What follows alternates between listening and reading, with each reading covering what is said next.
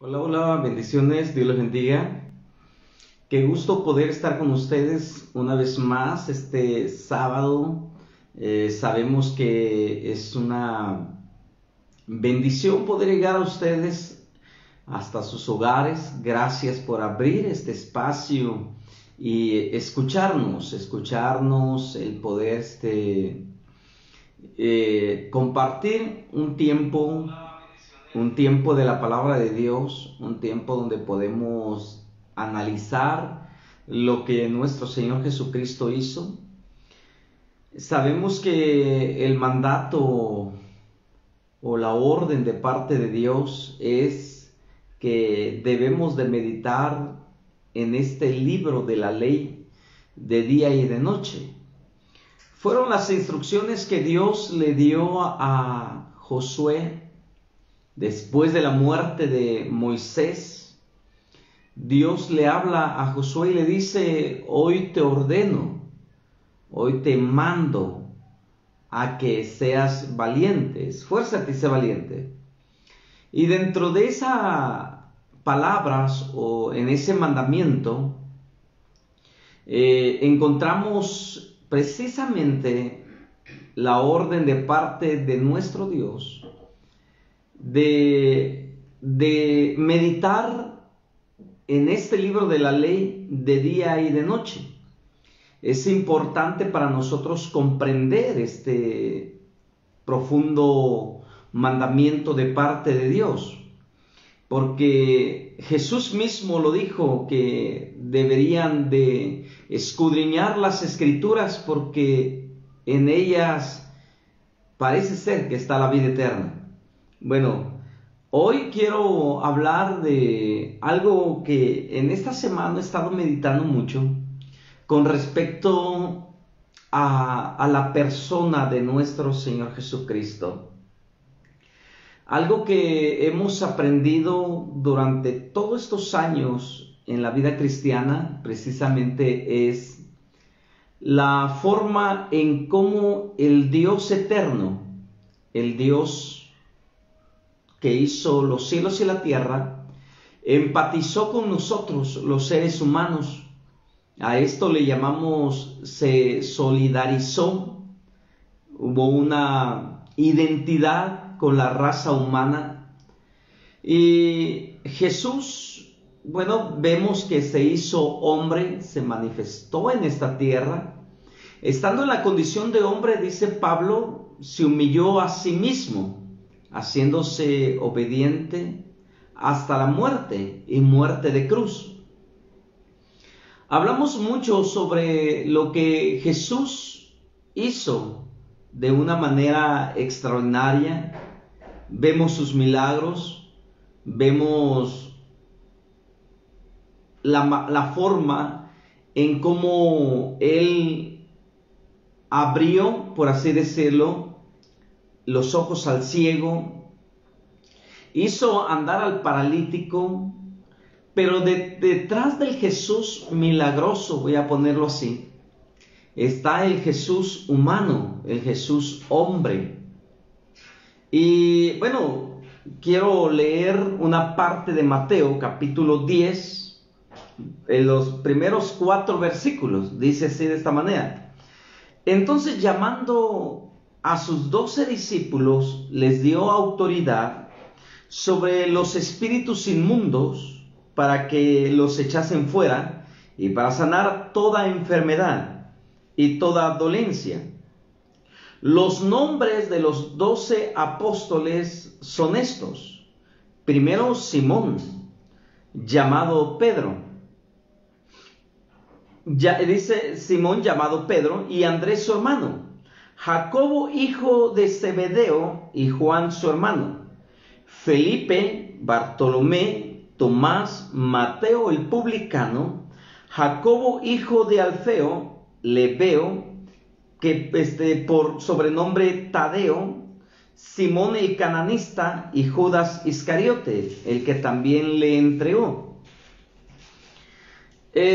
Esta pequeña lista de que Mateo registra de los nombres de aquellos que más tarde formarían parte de la lista de los apóstoles.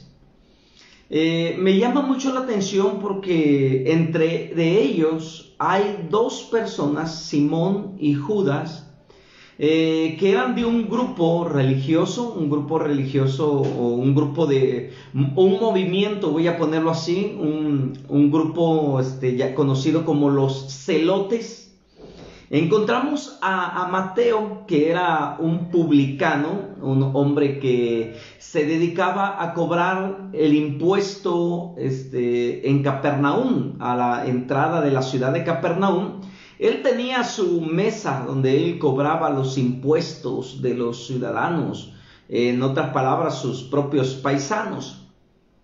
Recordemos que el tiempo en que Jesús nace o comienza su ministerio es un tiempo no fácil, es un tiempo difícil.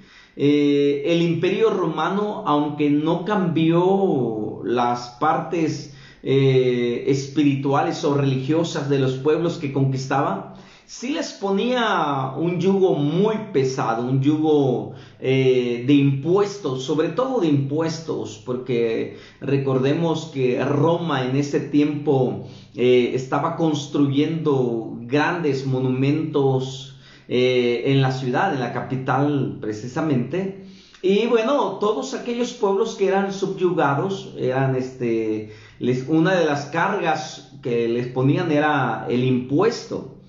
Bueno, vemos a Jesús levantándose, ¿no?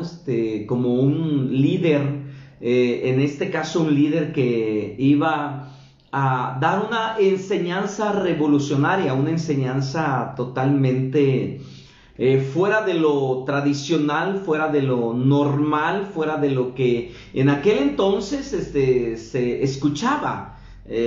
Ya habían grupos religiosos que se movían dentro de Jerusalén, dentro de sus muros. Uno de ellos, el más fuerte y el más importante, eran los fariseos, que eran la mayoría de ellos era precisamente de este grupo. Y vemos también nosotros aquí en otro punto, vemos a los escribas. Vemos a los herodianos, a los escénicos, vemos a esos grupos, pero me llama la atención que dentro de los grupos, el grupo de Jesús, de esta lista, no se encuentran ni los fariseos ni los escribas, algún discípulo de él. Más adelante nosotros nos vamos a dar cuenta que mientras Jesús crecía, en este caso en fama, la gente lo reconocía como el Mesías o como el Salvador, no como el que hoy en día nosotros consideramos. No. En el tiempo de Jesús a él lo miraban como un hombre que venía a transformar, venía a cambiar el sistema político. Incluso algunas veces, en una ocasión se ve registrado en la palabra, en el Nuevo Testamento, que a Jesús lo quisieron proclamar rey. Lo quisieron proclamar rey y Jesús salió de en medio de ellos y se fue, ¿no?, a otro lugar. Y de esa manera veían a Jesús como un caudillo, como un libertador. Incluso cuando Jesús llama o forma su equipo de trabajo, su equipo de liderazgo, voy a ponerlo así, dentro de ellos, dentro de esos grupos o esos 12, hay dos que formaban parte de un grupo guerrillero del tiempo de Jesús, conocidos como los celotes. Los celotes eran personas que su nombre lo dice, celotes, que eran celosos de sus tradiciones, celosos de sus costumbres, celosos de la ley de Dios, celosos por eso. Y ese grupo religioso de los celotes se habían levantado contra el gobierno. Eran conocidos como los que se habían tratado de imponer ante las leyes romanas. Incluso es algo bien interesante que los celotes, de ahí se deriva la palabra sicario. Y no sicario como el que conocemos en la actualidad, nada de eso, sino sicario porque se le conocía como sicario a un cuchillo pequeño que ellos llevaban en la cintura por cualquier cosa que se presentara. Entonces vemos a Judas y a Simón, que eran celotes, eran voy a ponerlo así, sicarios, y vemos nosotros que Jesús se rodeó de ese tipo de personas. Aquí la pregunta sería, ¿no? A ver, ¿cómo es que Jesús se rodeó de ese tipo de personas? Es que esa es la manifestación de la gracia, que la gracia no ve ni grupos religiosos, ni ve el pasado del hombre, sino que ve lo que Dios puede hacer a través de esos hombres. Vemos nosotros que Jesús no solamente escoge a ese tipo de personas como los celotes, que ahora conocidos como los sicarios, y no son como los sicarios que conocemos en la actualidad, que agarraron a tal sicario pero porque es un asesino a sangre fría, un hombre cruel que anda un arma y dispara y mata. No, nada de eso. Sicario era una persona que tenía un cuchillo pequeño que lo tenía en su cintura. Entonces nosotros ahora vemos que Jesús se juntó con la gente más discriminada, la gente que los mismos religiosos no los aceptaban. Entonces Jesús se sentó con ellos. Por ejemplo, aquí vemos a un Mateo que era publicano, su nombre conocido también como Leví. Estaba sentado a la mesa de los publicanos. Cuando Jesús llegó a Capernaum, Jesús entra a Capernaum y cuando lo ve a Mateo le dice, sígueme. ¿Cuánto tiempo pasó o qué es lo que sucedió? O podemos ver la empatía tan poderosa y el poder de influencia que Jesús tenía al momento de decirle a Leví, sígueme. Este hombre reacciona, deja ahí todo y sigue a Jesús. Y en la noche voy a poner un ejemplo, déjenme un poquito echar a volar mi imaginación. Eso sucedió a las 10 o al mediodía y en la tarde, en la noche o ya cayendo el sol, Mateo invita a Jesús a su casa. Y estando Jesús dispuesto a ir, ojo, estando Jesús dispuesto a ir donde los otros religiosos no se atrevían a ir, porque un fariseo, un escriba, un doctor de la ley, un líder religioso del tiempo de Jesús, no pisaba la casa de un publicano, porque era considerado como traidor, una persona que había traicionado a su propia gente. Entonces no llegaban, no entraban ahí donde estaban ellos. Y Jesús llega y va a la casa de Mateo. Y cuando llega a la casa de Mateo, sorpresa, le habían preparado una fiesta a Jesús. Y todos los invitados, ¿quiénes crees que eran?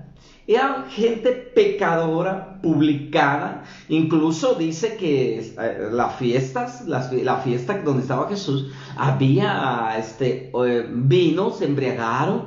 Y los religiosos que vieron a Jesús en esa fiesta, voy a ponerlo así, le dijeron a los discípulos, mira a tu maestro, conviviendo con borrachos y pecadores. Pues Jesús da una palabra que rompe la filosofía de esos hombres. Y Jesús le dijo, es que yo no he venido a buscar a sanos, sino a enfermos, porque los sanos no tienen necesidad de médico. Entonces Jesús le dice, yo he venido precisamente a eso. Pero algo más curioso y extraordinario que Jesús imparte y dice, ¿no? Dice Jesús, cuando Juan el Bautista vino y estuvo con ustedes, también lo criticaron, porque Juan era pues antisocial, ¿no?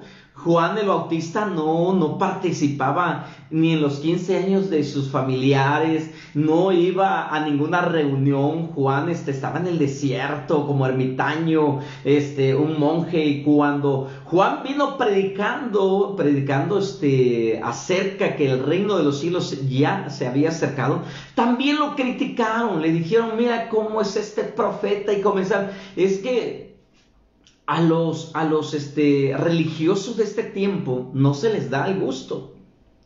A los religiosos del tiempo de Jesús nada les daba el gusto, porque ellos se amaban a sí mismos, eran narcisistas religiosos,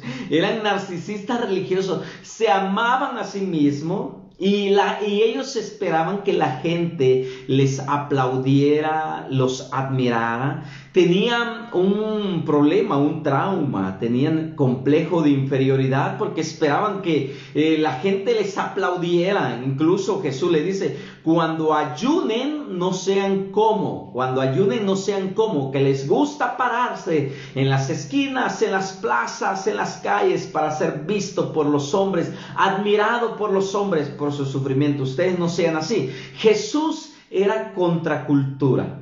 Jesús iba contra la cultura de ese tiempo religioso, ese tiempo que estamos hablando. Entonces, cuando Jesús empieza su ministerio, se empieza a rodear de gente menospreciada, gente que no era bien vista por la sociedad, como un Mateo, un Leví, como un Judas Iscariote, como un Simón, el sicario, voy a ponerlo así. Gente que uno dice, pero yo juntarme con ellos, o que esa gente sea mis líderes, que formen parte de mi liderazgo, ni Dios lo quiera. ¿Qué va a decir mi organización? ¿Qué va a decir mi denominación? ¿Qué van a decir mis amigos pastores? Si a fulano, a sutano, a perengano, que pues sabemos que de dónde era, antes era pues narcotraficante, y ahora que forme parte de mi liderazgo, no puede ser. Eso es inconcebible para los fariseos del siglo XXI,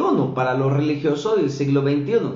Bueno, ahora vamos a entender por qué Jesús era de esa naturaleza. Jesús, cuando hablaba, fluía una sinceridad. Lo vuelvo a repetir, tal vez sea muy repetitivo, pero es importante. Jesús era tan empático, Jesús era tan agradable ante los ojos, ante la gente, que era algo increíble, era algo maravilloso ver a Jesús hablando con los niños, hablando con los ancianos, hablando con los menospreciados, y las multitudes detrás de Jesús. Era increíble. Pero la pregunta es, ¿de dónde sale Jesús? ¿O de dónde surge Jesús? ¿O trae eso Jesús? Bueno, si nosotros nos vamos a los antepasados de Jesús, hablando de la genealogía de Jesús, nos vamos a dar cuenta que Jesús, pues, sus ascendientes o ascendentes eran gente pues no bien vista ante la sociedad. Voy a ponerlo de esa manera. Ojo con lo que voy a decir. Y voy a leer la genealogía de Jesús para que escuches algo importante ahí. El libro de la genealogía de Jesucristo, hijo de David, hijo de Abraham. Abraham engendró a Isaac, Isaac a Jacob, Jacob a Judá y a sus hermanos. Empecemos con Abraham. Abraham no era un creyente, es más, con Abraham surge la nación judía, pero antes de que Abraham se convirtiera en el padre de la nación, de la descendencia de los israelitas, Abraham era un idólatra. En el libro de Josué capítulo 24, en los primeros versículos tú vas a leer, y dice que Abraham vivía del otro lado del río, y dice que fue traído de aquel lado, y que ellos eran adoradores de otros dioses, era politeísta. Entonces Abraham no era un monoteísta. Eso significa que Abraham no adoraba a un solo Dios. Después, la nación de Israel se le conoce como un pueblo monoteísta que adora a un solo Dios conocido como Jehová, conocido como Yahvé. Pero Abraham no, solamente ahí, veamos, si sigamos leyendo, dice la palabra, Judá engendró a Tamar, a Fares y a Sara. Fares a Herrón y Herrón a Aram. Aram engendró a Abinadab y Abinadab a Nazón, Nazón a Salmón y Salmón engendró a Rahab. A Boz engendró a Ruth y a Obed y Obed a Isaí. Ojo, ahí encontramos a Rahab. ¿Quién era Rahab? ¿Acaso no nos acordamos que Rahab era aquella mujer prostituta? ¿Acaso? Sí, ahora voy a dejarme guiar por mi imaginación un poquito. Me imagino que cuando Jesús inició su ministerio, primero tuvo que ir a sus anales, a ir a la lista de sus ascendientes, quiénes eran ellos, y encontró que entre esa lista había una prostituta. Dentro de esa lista había una mujer llamada Ruth, que era de los moabitas, enemigos de la nación de Israel. Entonces, cuando él humanamente estoy hablando, cuando él ve su línea sanguínea, de dónde viene, se da cuenta que él es como los demás. Se da cuenta que él es igual, humanamente igual, su descendencia, un padre politeísta, una tatarabuela prostituta, tatarabuela también conocida como Ruth, moabita, y de esa línea viene. Ahora entiendo por qué Jesús fue tan empático con la gente menospreciada, porque los moabitas eran menospreciados por el pueblo de Israel, pero sin embargo de ese pueblo menospreciado, enemigo de Israel, Dios decidió rescatar a una mujer conocida como Ruth, para que a través de Ruth y se casara con Boz y tuvieran un hijo llamado Isaí, que era el padre de David, y David fue el rey por el que viene nuestro Señor Jesucristo. Ahora vamos a comprender aún más. Esto es el verdadero cristianismo. Este es el verdadero amor que debemos de predicar. Mirad cuál amor nos ha dado el Padre. Pero amor cuando nosotros mismos hemos hecho división, a este sí o no, a este no, a este sí, a este no. No, ese no es amor. Jesús vino a buscar a los que estaban enfermos, y los que estaban enfermos eran este tipo de personas, como Judas Iscariotes, como Simón, que formaba parte de los celotes, como vemos a Mateo, un publicano rechazado. Vemos ahora, mira, voy a entrar un poquito más a detalle con esto. Vemos a un Jesús dejándose tocar, dejándose acariciar, lo voy a poner así, por una prostituta, por una mujer que estaba endemoniada. Y dice que esta mujer, cuando llegó, corrió a los pies de Jesús y comenzó a llorar con sus lágrimas, y con su cabello limpiaba los pies del maestro, acarició los pies de Jesús. Y incluso vemos a un Judas ahí. Ahora sí voy a señalar a Judas Iscariotes, diciendo, si Jesús supiera o cuánto cuesta ese perfume. Y los religiosos, ¿qué decían? Si supiera quién es esta mujer, si supiera qué clase de mujer le está tocando la cabeza, qué clase de mujer le está jugando sus pies. Jesús conocía el corazón de todos ellos, el pensamiento de todos ellos. Y Jesús, ¿qué dice? A los pobres lo van a seguir teniendo. Va a seguir existiendo pobres en medio de ustedes. Dejen que esta mujer haga su trabajo, porque cuando yo entré, ninguno de ustedes se dignó de lavarme los pies. Y esta mujer, desde que llegó, no ha dejado de acariciar mis pies. Cuando yo llegué, ninguno de ustedes me enjuagó el cabello, y esta mujer, desde que llegó, comenzó a lavarlo. Ese es el amor de Jesús. ¿Te puedes imaginar a un Jesús con esa naturaleza humana? no divina. Estoy hablando de Jesús humano, porque hoy en día hay muchos más pastores que se creen mejor que Jesús. Inclusive se creen pastores ultra divinos que no se dejan tocar por la gente. No se dejan. Es más, hay pastores de oficina que solamente están en las oficinas, se suben al púlpito, tienen un séquito de gente que los protege para que la gente no se acerque. ¿Qué clase de pastor es ese?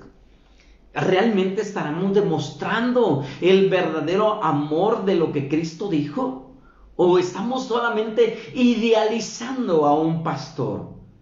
Porque hoy en día podemos tener pastores idiáticos con ese pensamiento, que nadie se junte. Cuídenme cuando yo baje del púlpito, por favor, que nadie se me acerque. Hoy en día los pastores modernos ya no huelen a oveja. Hoy en día huelen al perfume más caro, la ropa más cara, pero no huele al sudor de las ovejas.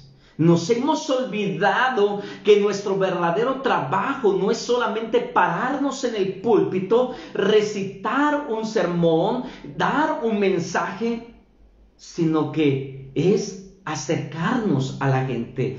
Con esto me acuerdo de lo que Jesús hizo. Después de que terminó de predicar el famoso Sermón del Monte, en el capítulo 8 de este evangelio, de Mateo, capítulo 8, dice, después de que Jesús descendió del monte, descendió del monte, una multitud le seguía. Y Jesús no se escondió. Jesús no le dijo, oye, Judas, pues aprovechando que eres un sicario y traes un cuchillo, pues protégeme, ¿no? Porque la gente me va a rodear y aléjalos de mí. No, a todo lo contrario. Cuando Jesús baja del monte, la multitud se acerca y toca a Jesús. Y uno de los que le tocaron a Jesús era un leproso. Y el leproso se postró ante Jesús y Jesús toca la cabeza del leproso y le dice, esté sano. Esta es la clase de pastorado que en la actualidad necesitamos, que nuestra gente necesita, pastores que toquen a las ovejas. Sé que se escucha muy duro, pero es la realidad. Esto es lo que estamos viviendo. Jesús no tuvo temor. Sí, los religiosos de su tiempo le dijeron pecador, bebelón, glotón, le dijeron de muchas cosas, hasta endemoniado le dijeron a Jesús. Pero a Jesús no le interesó lo que ellos decían, porque Él vino a sanar a una sociedad que estaba rota. El tejido social de Jesús en su tiempo estaba arruinado, destruido. Y estamos en la misma situación en la actualidad. El tejido social está destruido. ¿Y qué estamos haciendo nosotros? ¿Qué estamos haciendo nosotros los pastores? Muchos hoy van a aprovechar esta pandemia para justificarse que son prudentes y no se acercan a la gente, porque tenemos que cuidarnos. ¿Y antes de la pandemia? Pero eso sí, exigen a la gente diezmar, ofrendar, pero no tienen el corazón para estar con el necesitado. No tienen el corazón para visitar a los enfermos. No tienen el corazón para acercarse al pobre. No tienen. La gente, yo he visto pastores que hay ovejas, pues las ovejas huelen un poquito mal cuando no tienen una buena higiene. Y cuando huelen así, se alejan porque no pueden. Jesús no. Nuestro Jesús es el ejemplo vivo de lo que realmente es un pastor. Él dijo, yo soy el buen pastor, y el buen pastor su vida da por las ovejas. Te invito en el Señor a que reflexiones, a que pienses, analices, cuestiones esta enseñanza, y que puedas traer a tu corazón una meditación, una reflexión. ¿Cuál es el tipo de cristianismo que estás viviendo? ¿Cuál es el tipo de evangelio que tú estás viviendo? ¿El evangelio bíblico o el evangelio que se escucha y que se justifica por todo? Te invito el jueves a las 7 en punto. Voy a hablar de la segunda parte del otro Jesús. Ese es el tema del jueves a las 7 en punto. El otro Jesús, el que surge de la tierra. Dios te bendiga, Dios te guarde y cambiemos el mundo. Vamos contra cultura, no pensando ni teniendo en cuenta lo que la gente pueda criticarte. Tal vez te van a decir endemoniado, fanático, religioso, te van a decir bebelón, comelón, glotón, pero si lo haces para glorificar y establecer el reino de Dios, lo demás no, que la gente hable, pero cuídate, no peques, no permitas que el tema de la gracia, el enemigo lo utilice para darte licencia para pecar, porque la gracia es libertad, no libertinaje. Dios te bendiga, un abrazo, te veo el jueves a las 7 en punto. Bye.